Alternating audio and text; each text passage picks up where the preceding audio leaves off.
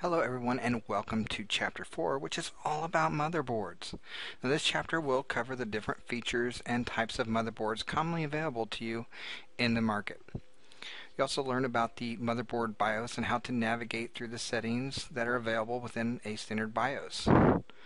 We'll then talk about proper maintenance and motherboard installation or replacement procedures. So the following objectives are what we're going to cover over the next hour. After reading the chapter and completing all the exercises for this chapter, you will then learn about the different types and features of various motherboards. You learn how to use the setup BIOS, how to get to the BIOS, how to use physical jumpers to configure a motherboard, which you probably won't have to mess with. You also learn how to maintain a motherboard.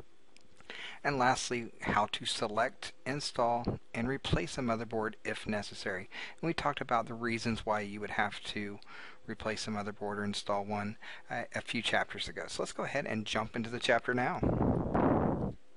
Now, of all the parts of your computer, the motherboard is definitely the most complicated computer component. This is one of the first items considered when building a computer for yourself if you choose to do this. And if you choose to build one, consider the following when purchasing a motherboard. What type of form factor are you using? What about the processor socket and the chipset you want to use? The buses and the number of bus slots that are available, and other types of connectors and slots and ports that are available that you want to be able to use on your computer.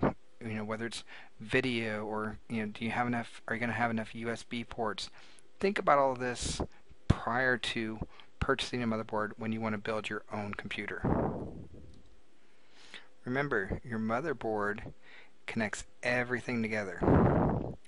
Now, determine the motherboard size, the features, if it's compatible with the power supply you want to use, the case that you want to use, what processors you want to use. All this information has come into effect. Then there's several different form factors, several different types of motherboards.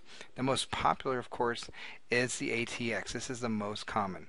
There's also micro ATX, mini ATX, ITX, BTX, all kinds that are out there. The mini ITX is smaller than the micro ATX. It's also known as ITX. Here's an example of a mini ITX motherboard that I just talked about. So do some research to get a good look at the different types of motherboards. Go to like newegg.com or some sites where you can purchase motherboards, or just do some general searches for different motherboards. There's so many different types, and you need to know some of the different information about the motherboard, such as what size is a form factor, do a little description, is this one smaller than this one? Kind of know those dimensions. And you can see here we have a lot of different form factors available to us. You got the specifications here, a little bit of information about them.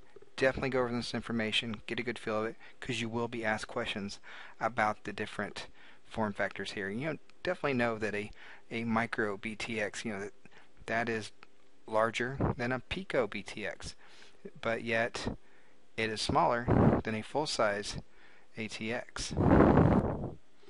You may even want to become familiar with some of the brands, like an Intel DH67GD is a micro ATX, whereas an Intel DX58SO is definitely not the ATX or the micro ATX, but it is an ATX board.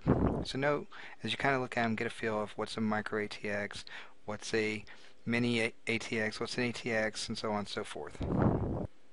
Now, another important feature of a motherboard is the processor socket.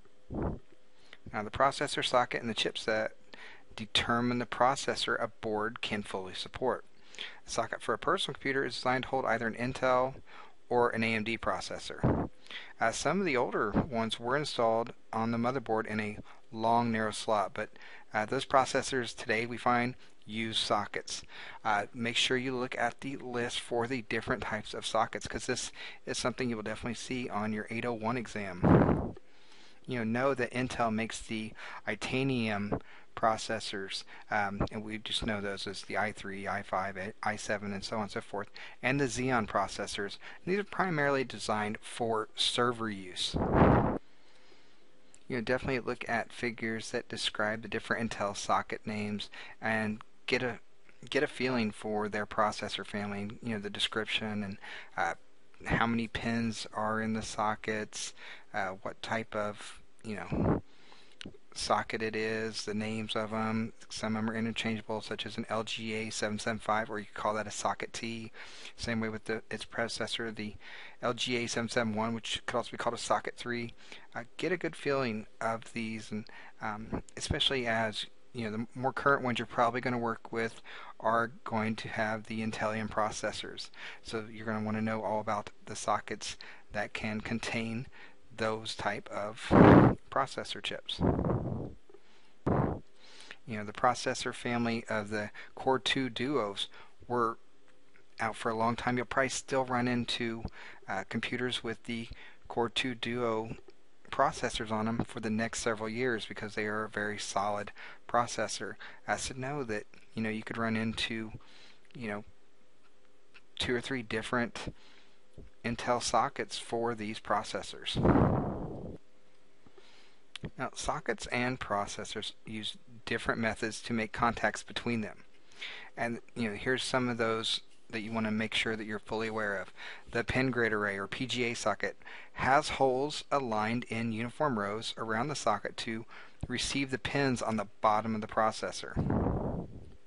Then we have the land grid array, or the LGA. Now this uses pads rather than pins. Examples of these you definitely want to know about are the LGA 775 and the LGA 1366. And when we were talking about the PGA sockets, a lot of those delicate pins on the processors were easily bent as the processors were installed in the socket. So definitely know the difference between the pin grid array and the land grid array here. Know where your levers are at, such as with the land grid array, the LGA 775 socket, for example. That has 775 pins, and the socket lever and the top open.